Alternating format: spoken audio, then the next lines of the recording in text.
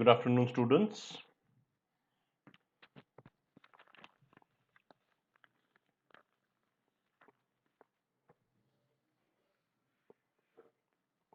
Good afternoon, students.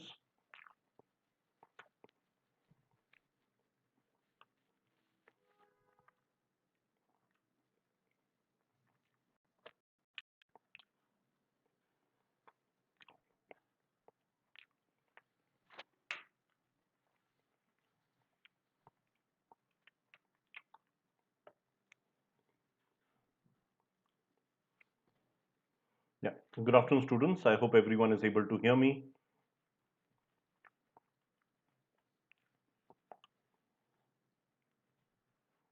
I took a class earlier today in the morning. That was yesterday's newspaper.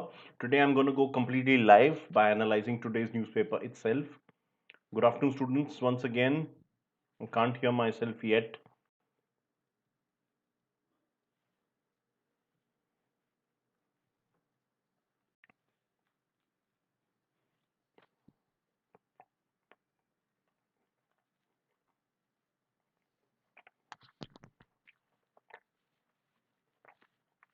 Able to hear me? Yes. I think I'm now able to hear myself. Good afternoon, everyone. Today I am morning. I took a class on yesterday's newspaper. Right now conducting on today's, going live. So let me start anyway.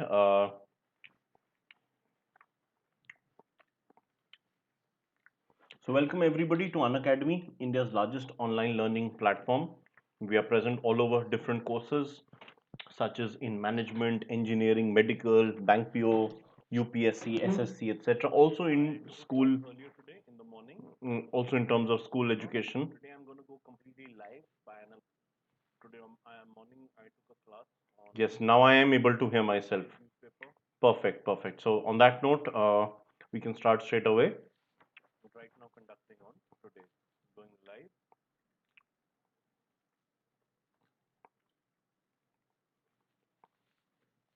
This is a brief profile about myself. My name is Aritro Dasgupta, and I've been teaching at Unacademy for the last 4.5 months, about 5 months now. So welcome everybody to Unacademy, India's largest online learning platform. We are present. So I completed my MBA more than a decade back from the Indian Institute of Forest Management in Bhopal with specialization in conservation and livelihoods, which is one of the specializations within forest management. And I worked in the areas of teaching, training, strategy consulting, executive recruitment, and in content writing. Most of my experience has, of course, been in India, but I've also had a stint in the Middle East and been published in the US.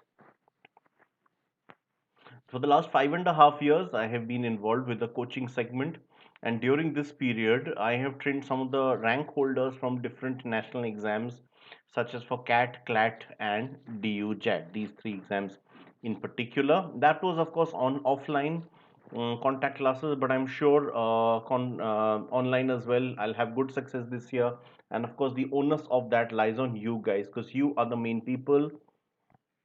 So what all you will receive as part of the Unacademy platform, let me just explain to you guys. First of all, there are live classes on a daily basis. You also have live tests and quizzes. So live tests and quizzes, there are three kinds actually. One is centralized tests conducted by the head office, which mimics the real model. Another is what we give you on the spot, which can be on unacademy.com, where the quizzing pattern works very well. Or it could be here on the right hand side. If you see top right, we have the YouTube live chat window. तो आपके कोई भी doubts हो, please feel free to ask here. And of course, I will also be testing you guys here through the live tests. There are daily classes. As I told you, this is our channel, Crack Management Exam. So the moment you click on this, you will be able to receive all the other classes. Our course content is very well structured from the head office itself, which is in Bengaluru. They are the ones who design the pedagogy. We individual trainers further modify the same. And of course, once you are enrolled, you receive complete unlimited access to our classes. It doesn't matter even if you missed a live session, you may always look at recordings from the archives. This is a list of some of our key educators. You may take a look at their names. I can see somebody else has also joined the class. Please feel free to say hello. It'll be great to have you on board.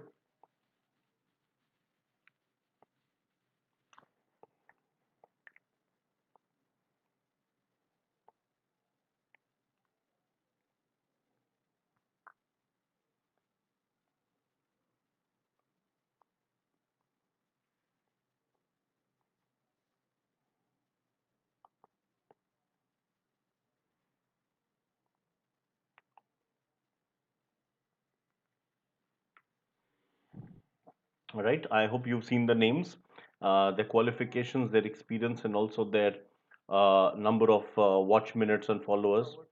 It's all extremely impressive, as you can very well see. This is some more of our top trainers, but this slide is to basically show you how to receive the notifications for the different classes. So this is how you receive these different notifications. Going ahead, you also receive notifications for specific batches. Batches can be of two types, either with a faculty for a single subject, like you can see at the bottom, Shuklaji's verbal classes, or it can be with the entire batch for all the subjects, as you can see on top.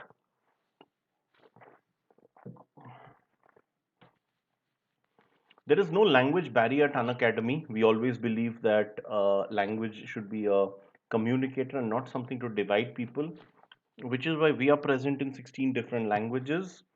We also have a schedule that connects very well, that works very well for you guys. So I've already told you we have the archive. So if you miss out some class, you can always look at the recording. So please take a look, for example, on this. So let this turn on. I'll show you how you can access the recorded sessions. You may interact with your educator anytime to get your doubts cleared. And of course, there are live polls as well. तो मैंने आपको बताया था YouTube window उस पर आप जाइए कुछ भी आपके डाउट्स है सिमिलरली लाइव पोल्स मैं भी लूंगा और unacademy.com में this feature works particularly better so do watch out our special classes there. There is also a massive advantage which Unacademy provides. For example, there are live tests and quizzes, I've already told you, but more than that, you also receive a detailed report and analysis of every exam. And of course, once any exam is done, you know what are your strength areas, what are your weaknesses. And in fact, this every Sunday we are also conducting a national scholarship test. So go ahead, sit for that and see where you stand. There are lots of goodies to be won, Amazon vouchers as well. There are detailed PDFs as well, which you may download, although not much in today's class. I'll tell you beforehand itself, because today it's a newspaper session. Newspaper itself is the PDF, but I'm sure many of you have attended my other classes, the current affairs for Jan, Feb, March, all those ones, till August I've done. तो उनमें बहुत ही detailed PDF होता है, तो वो please आप लोग देख लीजिएगा. That will really help you guys in this sense. मैं आपको हमारा चैनल बता रहा था. So for example, if you go through it, these are the videos. ये सेशन अभी करंटली ऑन है, बट मैंने बहुत सारे और सेशंस ले रखे हैं, जैसे कि डेली न्यूज़पेपर सेशन फोर्थ का एंड फिफ्थ का भी होगा. How to effectively search on Google, and that's just not mine, all the other trainers as well. Logical reasoning, data interpretation, para jumbles, critical reasoning, you name it, we have that subject here. Quantitative aptitude. There are general strategy based sessions. This of course is for the NST, National Scholarship Test. So all of this is actually part of our curriculum. These are some of the other classes which I have taken. August current affairs. I've also taken them on unacademy.com. See, I've also taken a few book review sessions. Also some static GK. In this case, it is geography. I'll also take an international geography class. Right, so this is pretty much it. You may go through all of this. We have separate playlists as well for each of the topics, like daily newspaper session. We have, I'll show you the full playlist of the newspaper session. This month there are three, but there are many of the previous months as well. So you can actually go through all these sessions. They're all extremely useful for you guys. Mm, so do not miss these sessions at all.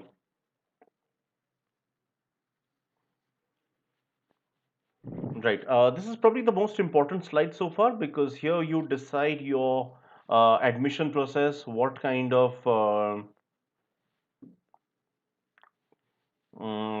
package you would like to take up. So you can see both the sides. My code remains the same, 8009. You receive a flat 10% off when you use this. There's no difference between these two sides except the emphasis paid. एक बार please go through each and every word here, and then I will discuss with you on this particular thing.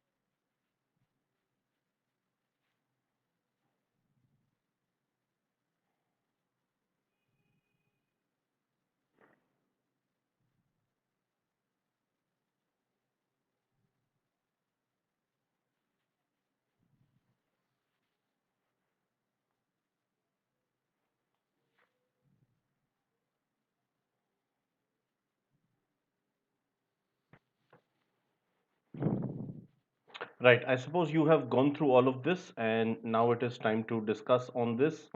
So you will notice that if you go for a 1 month program, you end up paying only 3,150, but you need to pay that entire amount in 1 month. Likewise, if you go for 3 months, you pay only 2,625 per month, but this total is still pretty high, although you receive a 17% off. But if you go for 24 months, in addition to the 10% off, you also receive a further 75% off. So it's massive savings, you know. So I'll recommend you all go for the 2 year program, which is 24 months. But if not possible, if you feel 1 year will suffice, if not necessary, then you go for 12 months this course. Because इस पे भी आपको बहुत बड़ी छूट है 58%, and the overall price is not much considering it's full 12 years. And actually, when you take a long term program, it takes care of all the cycles in a year. There are different phases of the year when different things are important in a management preparation angle. So if I see there are a couple of months which are heavy ACADS, you know, May, June, July, August, September. Then around August you have this application season. So we'll guide you with college applications as well. And then of course after November, you after the CAT is given, there are other exams. IIFT requires a lot of GK. There is ZAT which requires GK. There is a ZAT also has slightly different kind of quants and verbal. Uh, then there are different other separate college exams. January you receive your results. The next couple of months we are into group discussion, personal interview, VAT, extempore, these kind of things. तो सब कुछ मिला के अगर अगर आपने किसी 3 महीने का लिया तो फिर आपको बस उस पीरियड का बेनिफिट मिलेगा. समझ रहे हो? अगर आपने अगस्त सितंबर लिया, अगस्त, जुलाई अगस्त सितंबर, then it will be a CAD specific, that period is. There isn't much guidance on the other things. Similarly, if you go only for Jan Feb, then it's only the PDP, but your ACADS doesn't get solid. So it's better you take up a long term program. That's my personal belief. The, the rest is your choice, of course. Right? Okay, moving ahead now. I'm now going to do today's newspaper. Let me just bring forth the newspaper for you guys. As you know, as always, we start with The Hindu, which is your favorite newspaper when it comes to all the entrance examinations. So let's begin on that note. I don't think there's any change in the Joe Biden Donald Trump story. It's been the same. Joe Biden is still pretty close to his victory. Donald Trump will need an almost complete victory of the remaining states in order to close the gap and actually go ahead of Joe Biden. As of now, the Democrat candidate Joe Biden does seem to be ahead. Donald Trump will then join the likes of George Bush Sr. and also Jimmy Carter as being among the very few American presidents who fail to get a second consecutive term, or usually most have been given a second term. Right. So, what are the things? Why is the American election so complex? This is something a lot of people have been asking me for a while. Let me just try to make it slightly easy for you guys because it's really complex right now. So, a couple of things you need to understand. Mm, First of all, in the US, something which is really different from every other country is the fact that they do not have, shall we say, they do not have a holiday on election day. You know, in our country, we receive holidays on state election and national election days, but in the US, there isn't. An argument which many people have given, in fact, in even, I think, Joe Biden, if I'm not wrong, is that election day should be a holiday because of course that will encourage more and more people to visit the country. But a lot of people also feel that if you put it as a holiday, then there'll be fewer people who will come out to vote, because a lot of people, they'll combine it with some other holidays, weekends, and they'll just go out and travel for a few days, because typically Americans, they love to travel within their own country at least, because there is a lot of space. It's a very sparsely populated country, so it makes a lot of sense to travel a lot. So that is one reason. Another thing which totally astonishes people, and that is where American democracy, although it's the oldest in the world, is completely at odds with everybody else almost, is the fact that the country does not have a centralized election body. It does not have an election commission, or an election commissioner. So every state has its own system, because America is a federal structure in the truest sense, which also poses a lot of difficulties. So in India, for example, we do have a very strong election commission, and in fact, the election commissioner, one of the legendary election commissioners, was Mr. T.N. Session in the early 90s. He has often been credited with cleaning up the system immensely, Mr. Session. Besides Mr. T, besides this thing, the Election Commission in India is also appointed by the center through a non-political process, whereas in the US, it is every state which has its own body, and that too, the person is appointed. That person is elected, which means that that person, probably has a certain political ideology which comes out. So this is another really complex thing. In fact, every state has different laws when it comes to counting. States also have different laws when it comes to recounting. For example, last time's election, Pennsylvania, which is still going through its polls, through its counting, last time Hillary Clinton had a slight, shall we say, she felt there was a discrepancy in the counting. She wanted a recount. However, her loss to Donald Trump in that state, she was, of course, then the Democrat candidate. Her loss to Donald Trump was by a 0.7%, whereas in Pennsylvania, the rule state that you can only have recounting if you lose by 0.5% of the vote. So minor margin. In Arizona, in fact, it lies at 0.1%. Another interesting thing about the election in the US this time, as opposed to every other tenure, is the fact that this time they had a lot of mail ballots. Mail ballots, also known as absentee ballots. Now, the term absentee might sound a little bit, shall we say, pointing towards a proxy, as if somebody is not there and voting. We call it mail ballots in our country because, so in our country, it is for a lot of government officials, including people from the election commission who need to travel all over the country. Also for a lot of the armed forces who are posted in remote regions, as well as a lot of people who stay abroad, government officials, NRIs. So for a lot of them, we also do have mail ballots. In the US, they allow mail ballots to be cast before the polling day, and in fact, in some states, it is actually the window is very high. On average, most states have it say around 3 to 4 weeks, which is also pretty long. But in one of the states, I can't remember which one, you can actually start doing your mail voting 40 days in advance.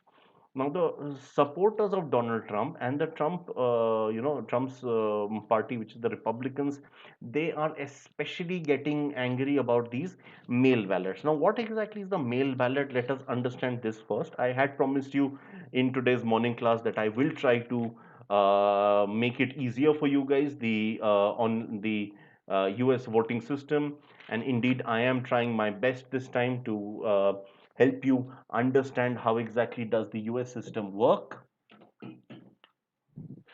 Now, why exactly do we see such discrepancy, and why has it been such a game changer, this mail ballot? Let us understand.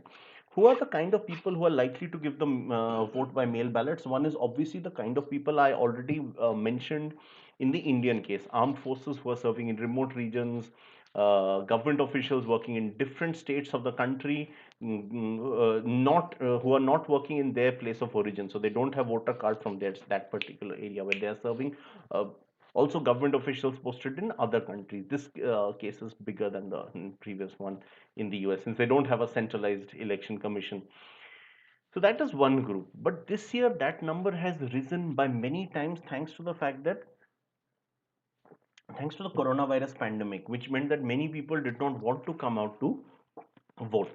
And if you have been following the news over the last couple of months, you would probably have realized that Donald Trump has did not, at least initially, take the coronavirus pandemic very seriously, and this actually rubbed off on his supporters. Many of his supporters are among the anti-mask group, anti-vaccine, people who believe that the coronavirus vaccine is non-existent, that this is something which is, shall we say, not something which it is a hoax, it is a fraud, it is something which China created, something that Russia created. So there are all kinds of conspiracy theories, and nowadays, thanks to our mobile phones, we get fake news so quickly.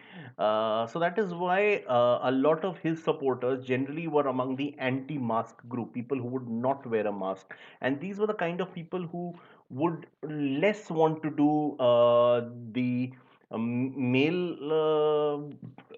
in mail voting. Rather, they would come want to visit on the spot on the day of the election.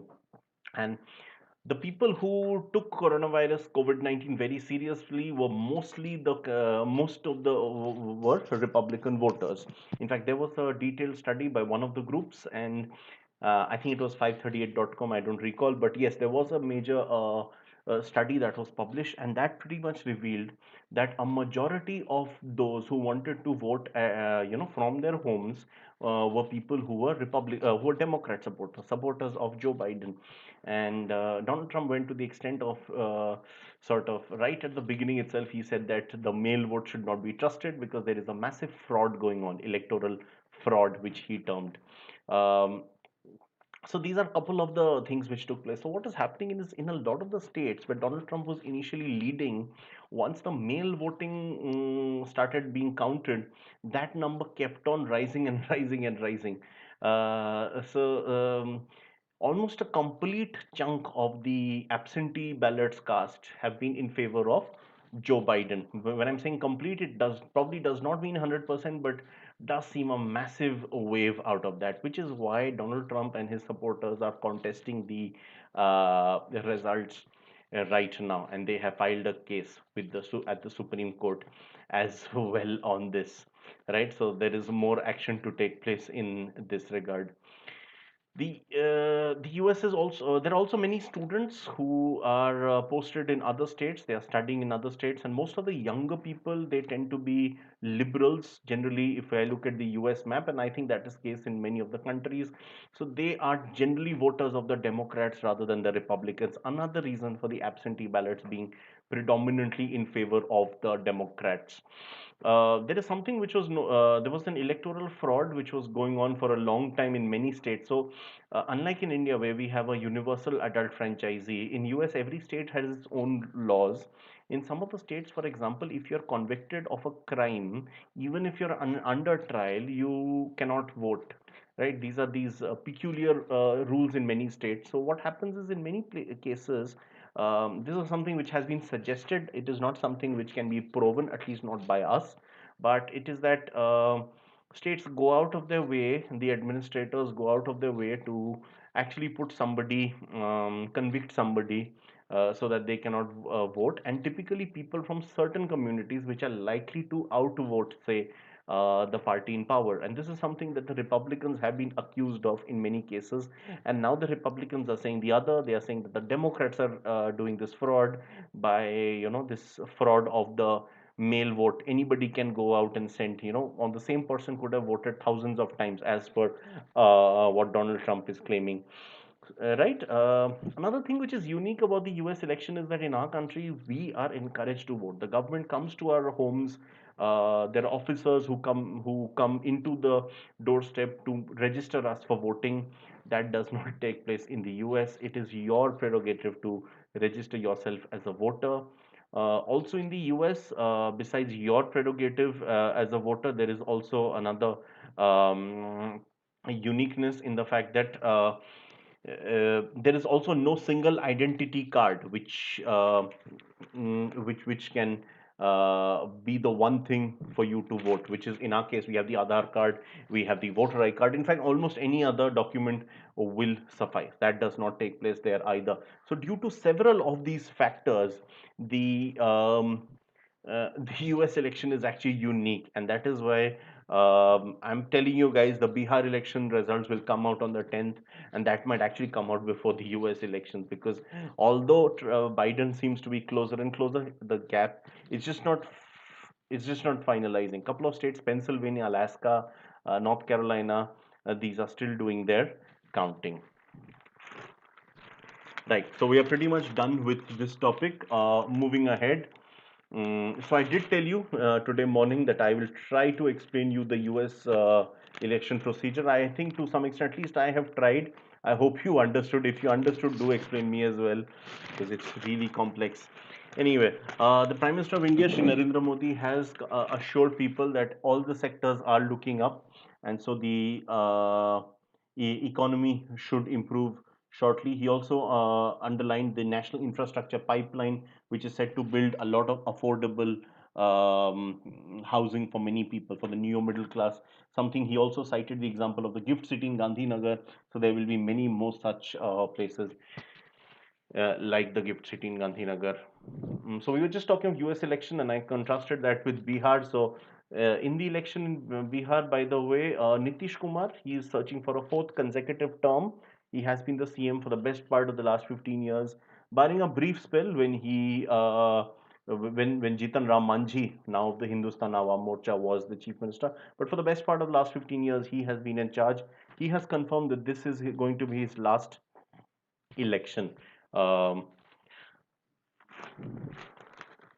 that he's actually looking for a fourth consecutive term. China, meanwhile, which is obviously considered the birthplace of the COVID 19 crisis, they have barred travelers from India and the United Kingdom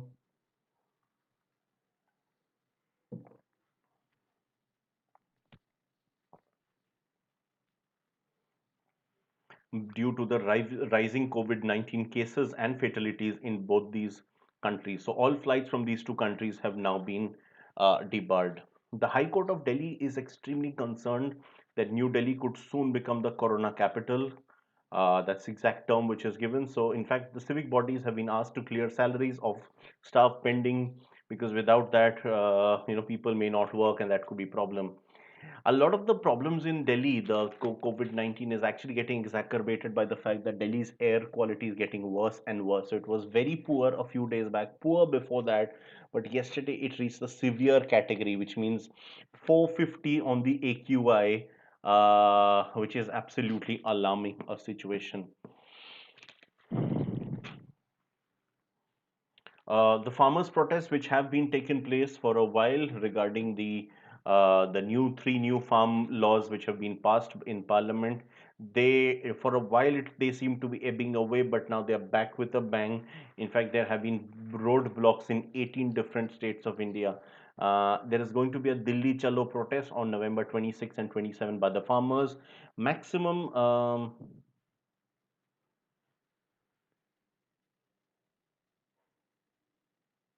There is also the electricity amendment bill, which has been proposed now, which will change the electricity allocation towards farming. So the largest protests have taken place, unsurprisingly, as was last time as well, in Punjab and Haryana. But overall, 18 states have witnessed. Some of the other leading of these protests took place in Madhya Pradesh, Maharashtra, Tamil Nadu, and Karnataka. Moving ahead to some of the local pages.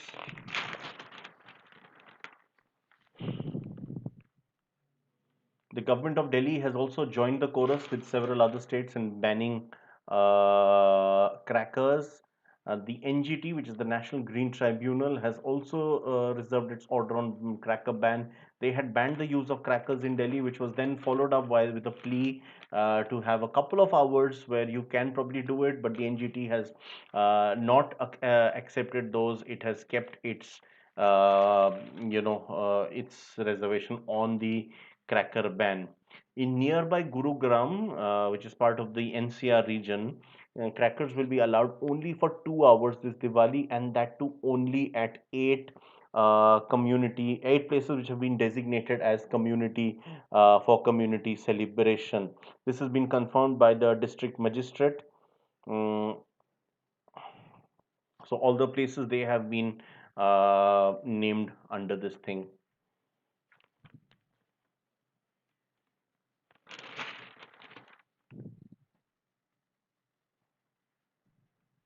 A lot of those on under trial, a lot of the under trial prisoners at various jails, especially the Tihar jail in Delhi and some of the other jails as well, they had been released on parole at the start of the pandemic due to the concerns regarding overcrowding in the prisons. Now that interim bail has been extended by another month to over 3,000 under trial prisoners. The IIT Delhi will conduct its online annual convocation this Saturday, 7 November. The Prime Minister of the country, Shri Narendra Modi, will be the chief guest at the same.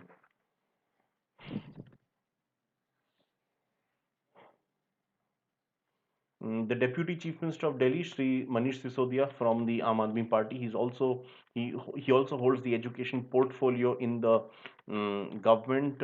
He says that world-class skill training centers will be set up in Delhi for the purpose of vocational training. Some of the institutes have already been mentioned, such as the Tool Engineering College of Delhi, the GV Pant Engineering College, the ITI and skill training centers that will be brought under the ambit of this skills university. The skills and entrepreneurial university, which is being set up by the Delhi government, wants to enroll about 1.25 lakh students every year. That is the target.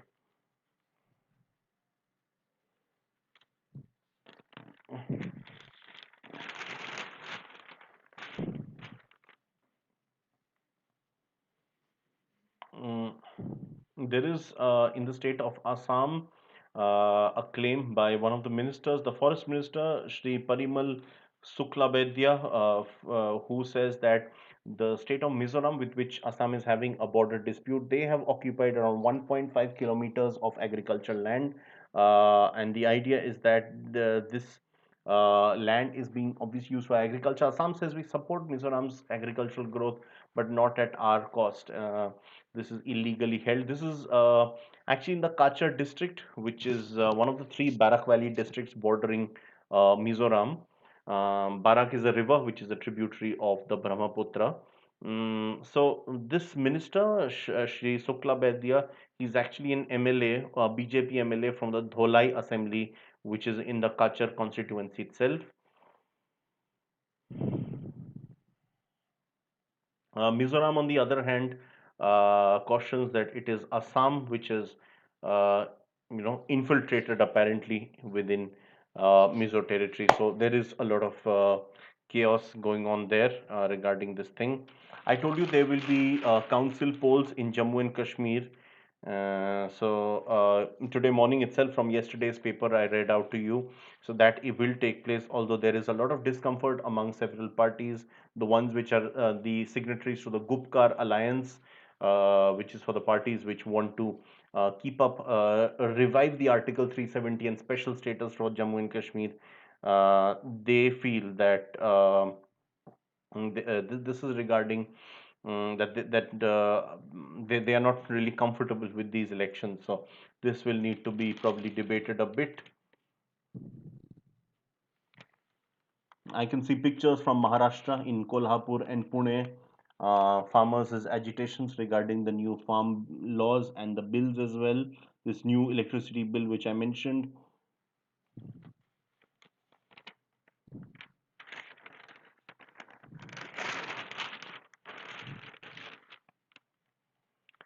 Right. Moving ahead to the editorial page, there's one very important article regarding the CAPFs. What are CAPFs? These are the Central Armed Police Forces. They are part of the paramilitary.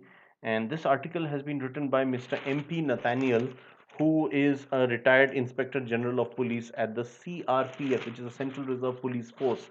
The CAPF comprises of the CRPF, the CISF, the ITBP or the Indo-Tibetan Border Police, the Sashastra Seema Bal, the Border Security Force, and the Assam Rifles. These six make up the CAPFs. There are a few more which make up the paramilitary forces, but roughly these two terms are the same.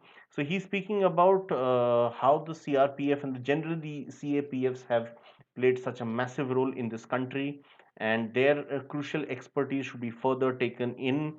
So the writer says that even long before India took the COVID-19 pandemic, that seriously, long before the WHO even declared it as a pandemic, the ITBP or the Indo-Tibetan Border Police had erected a 600 bed campus within 2 days, and that was to be the first quarantine center for those visiting from China. And this was done back in the month of February, right in the first week of February. And in fact, a lot of the Indians who had arrived from China's Wuhan province had been stationed within this quarantine facility. Likewise, he also speaks about the different natural disasters which have struck the country in the last couple of months or the years. So there have been floods, earthquakes, and industrial disasters, cyclones in several parts of the country. In all of these cases, it is the NDRF or the National Disaster Response Force which has been at the forefront of this. The NDRF is actually a common force which was created by all the CAPFs together. So there are members of the CAPFs who are deputed to the NDRF for a period of time. But after they serve their period, they come back to their parent organizations.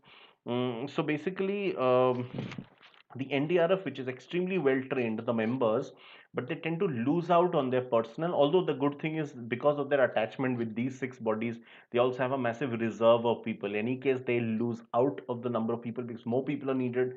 So big is the scale of the trajectory that these people they can always recruit further or for short-term positions from any of these CAPFs. So that is definitely an advantage. The NDRF's role has been so immense during the COVID-19 fight as well, but they are not mentioned as much according to this writer. So the parent body, the disaster National Disaster Management Authority, which is chaired by the Prime Minister, has trained over 30,000 personnel in managing the COVID-19 crisis. And so, in fact, one of the points that the writer says that, for example, the NDRF has 12 battalions. Now, there was something which was mooted last year that a lot of dentists might actually become doctors if they can perform a few bridge exams. Similarly, here as well, there should be uh, something similar by which a lot of these NDRFs they can actually work more regularly with the CAPFs, and there should be greater collaboration. And a lot of these people are very well trained, and especially in this current pandemic, we must make greater use of the expertise that the NDRF personnel uh, have seen.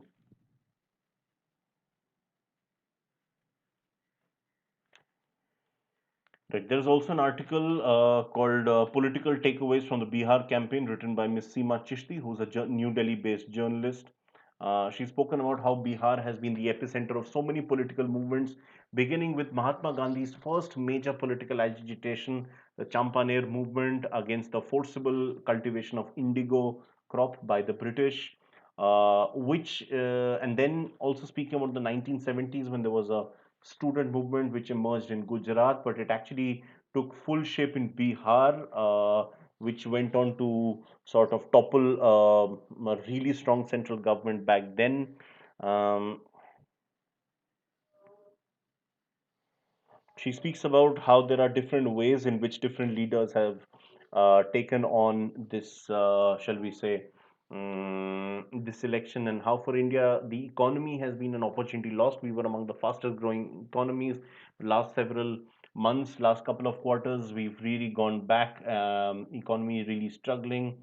Mm, on the other hand, she also mentions the rise of Mr. Tejasvi Yadav. That does not guarantee he's going to win this election, maybe not, but he has led fiery campaigns which have drawn huge crowds. So she does speak quite, complimentary about Tejasvi Yadav and how he has emerged as a new mass leader in the state of Bihar. There's an article by Mr. Sujay Chenoy, who's a former ambassador of India and a China expert. He's also the present director general of the Manohar Parikar Institute for Defense Studies and Analysis, which is based in New Delhi. He has gone back to historical times and has spoken about another occupation of China, but not the one of Pakistan, but the one of by China, which is been pretty much illegal, he says, but for a much longer period. He's also spoken about how Pakistan remains on the grey list of the FATF, or the Financial Action Task Force, and China remains ambivalent about this. Although China should open up to the fact that Pakistan is an exporter of terror, but China remains ambivalent because they are more interested in the land grab which is presently taking place. He also mentioned some specific areas.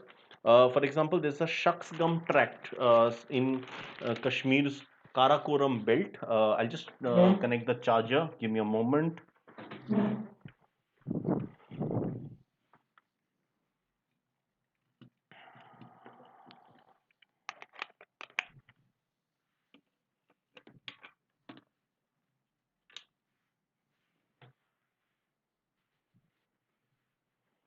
Right. Yeah, so he speaks about the Shaksgam corridor. So he actually goes back to the history and how there was this pretty big kingdom in Kashmir, but there were a lot of these conflicts which took place of the Kashmir king with both China and with the then British Indian Empire. There was one particular minister, his name was, let me just find it out. Oh, so he also mentioned the CPEC, which is the China-Pakistan Economic Corridor. Going back to it, yeah, his name was Mir of Hunza. So Mir of Hunza, Hunza is of course an area here. He was sort of semi-independent, you know. So although he was part of the Kashmir King's territory, but he had something of a semi-independence. So he, however, lost a couple of battles, and after that, it is the British who came to dominate this region. But one of the fallouts of that was so after the independence of India and after the Pakistan was created due to the partition. Over a period of time, China once again wanted to get back those territories which they lost during this battle with the Mir of Hunza, lost it to the British.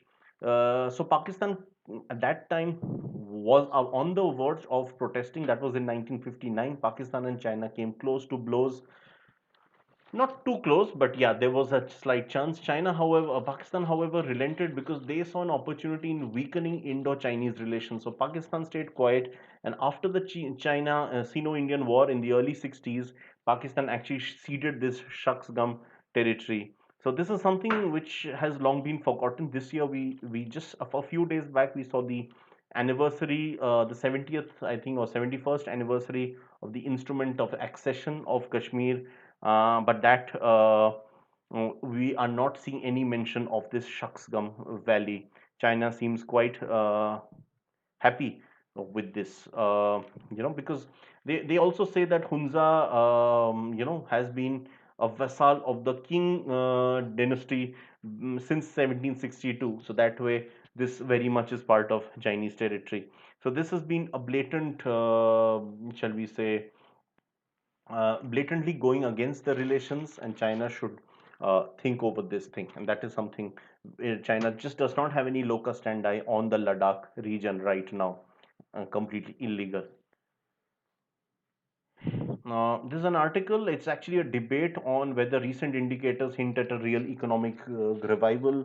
There are two sides of the picture. One is Mr. Govind Rao, who is a member of the Economic Advisory Council, or ESC, to the Prime Minister, and also part of the 14th Finance Commission. Was a part of the 14th Finance Commission. There's also Mr. Naushad Forbes, who's former president of the CII, Confederation of Indian Industries, and also the chairperson of Forbes Marshall Company. So they basically have this discussion. Moving further ahead,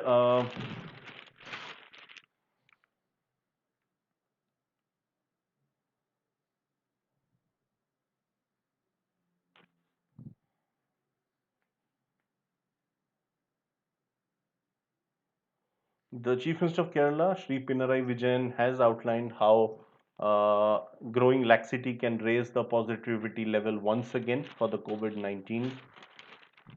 There's also an interview of Sri Randeep Surjewala, who is the General Secretary of the Congress, one of the party spokespersons.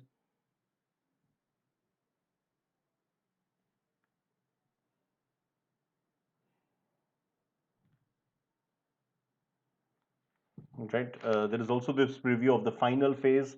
There'll be 78 seats in Bihar, which will elect 1,204 candidates. One particular region which has been profiled here is the Simanchal region, which is actually a very critical region for the opposition. The Mahagathbandhan does see itself as a strong contender to win seats here. This comprises four districts of Purnia, Katihar, Kishanganj, and Araria. This is also a region with a large Muslim population. Almost half the population in this region, 47% are Muslims, as against about a fifth, which is the population in the rest of the state, around 17% if you see for the whole state. Uh, Purnia University is in fact the only university in this whole region which came up barely 2 years back. The average literacy is also much lower than the rest of the region, than the rest of the state, and the average per capita income also less than the rest of the state. Floods have been a massive problem. A lot of natural flooding here, but now, of course, due to human factors, the interesting note from the world of football. I know something seems to have. No, the stream is working fine. Wait.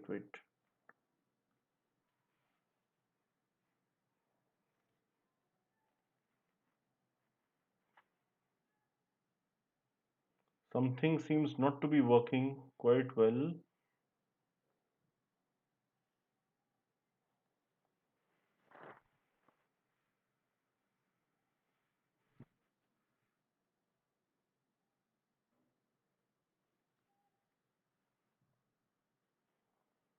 Wait, I'm just fixing something.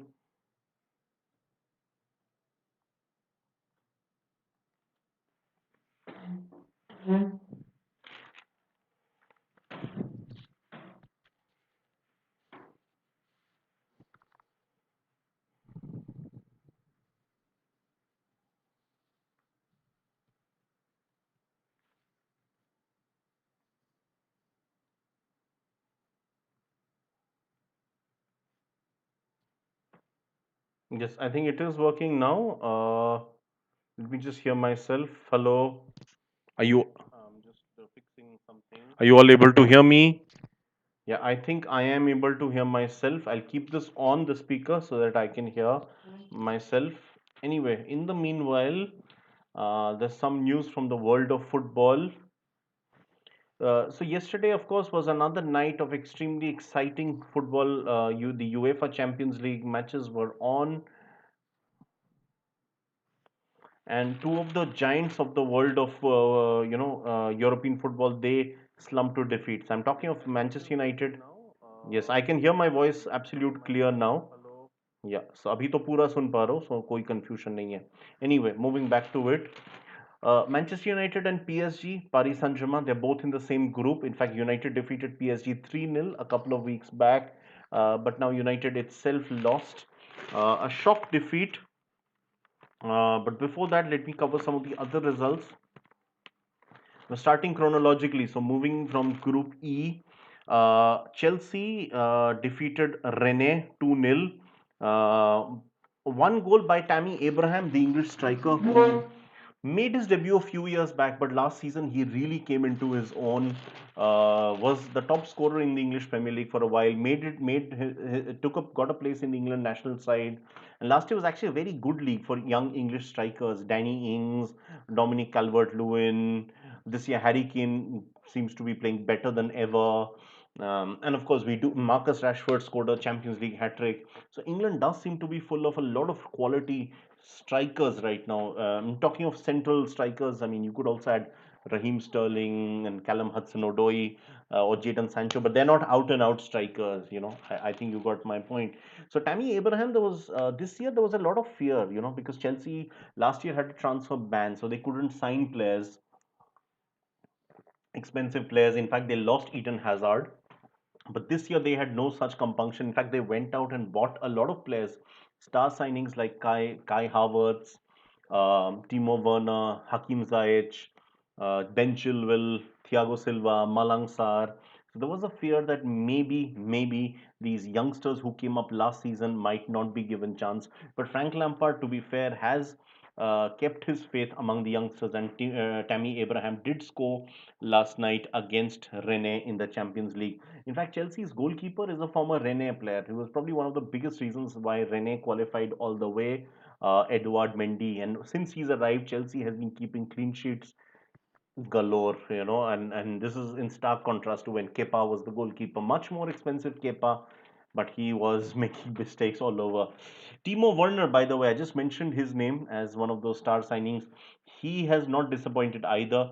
Just because the youngsters are doing well doesn't mean the star signings cannot do well. Timo Werner scored a double, including a penalty. His off the ball movement is so impressive that sort of adds a whole new value to his game.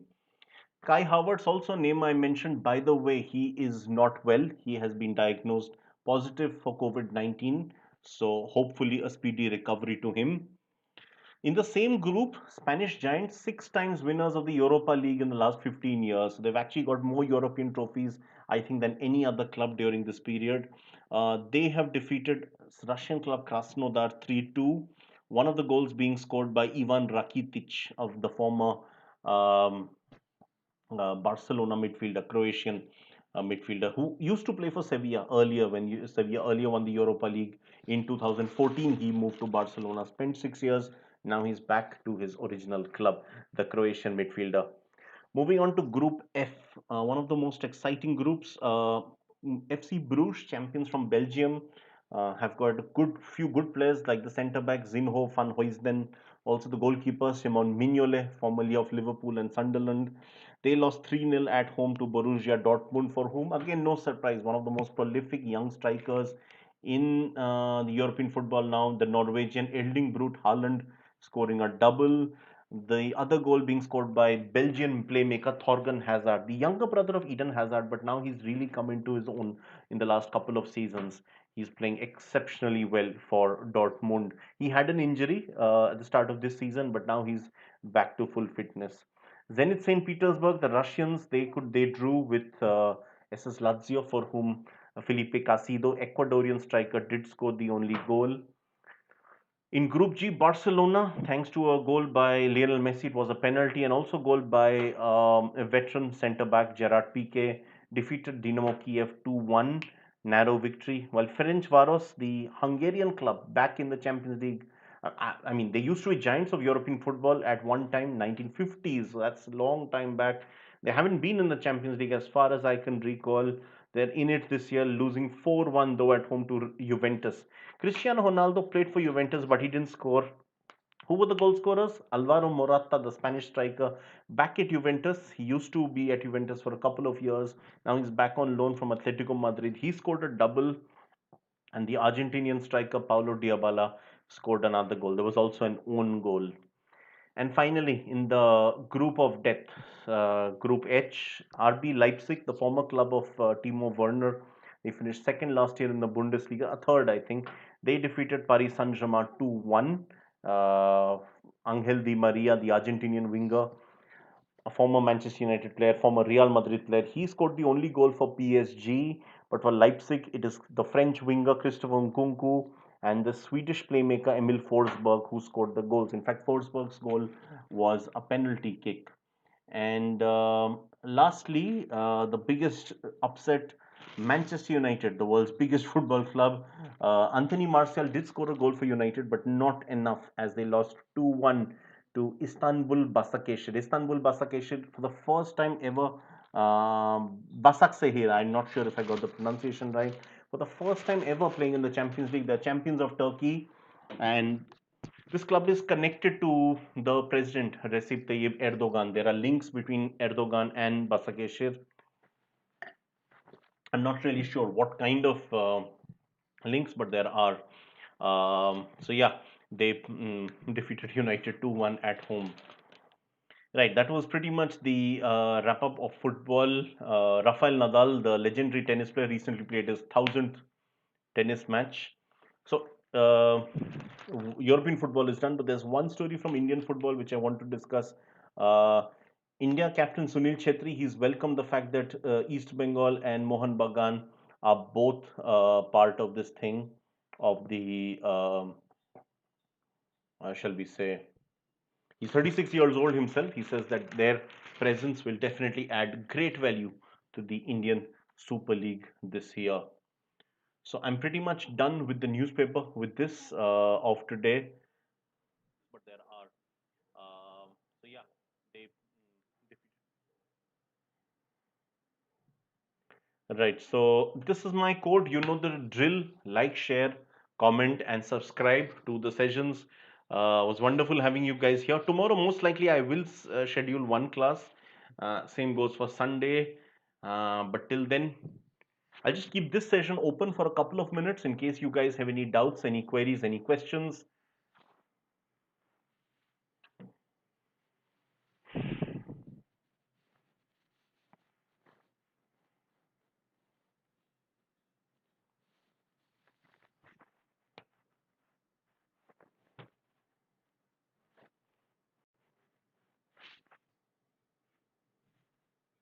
So I'll keep it open for a couple of minutes in case you have questions.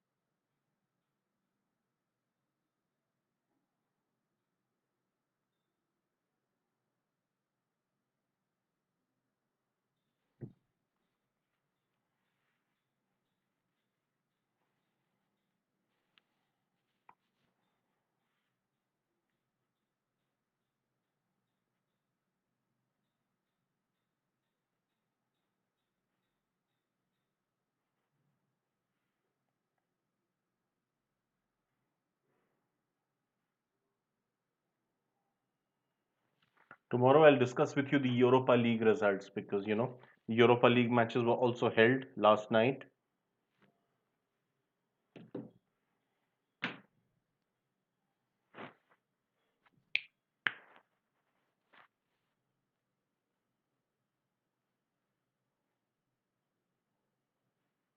Waiting for your comments here.